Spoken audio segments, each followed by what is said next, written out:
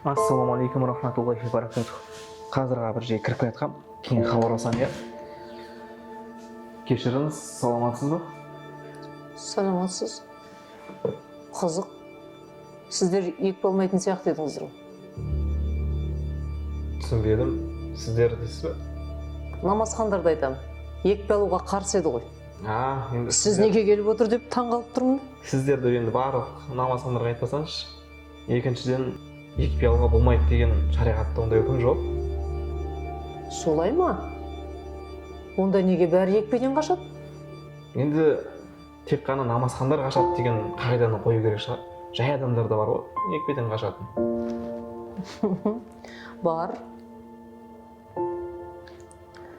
Сонымен, сіз не үшін алмақшысыз? Енді екпенің түр-түрі бар. Мен қазір мына қызылшаға қарсы алайын деп жатырмын. Ол мен үшін, жалпы мұсылман үшін қоғамның мүддесі жеке бастың мүддесінен жоғары. Солай ма? Енді мен ауырып, зияны өзгеге тимеу керек қой. Міне сол үшін екпе алайын деп жатырмын. Хотя я рискую. Дұрыс. Елдің бәрі сіз сияқты ойласа ғой шіркін. Енді біріншіден өздеріңізде бар ғой. Медицинаны айтамын. Екпенің барлығы пайдалы деп айта алмаймын. Минустарын да көріп жатамыз ғой. Міне сол үшін де адамдар сенімсіздікпен қарайды. Оныңыз рас.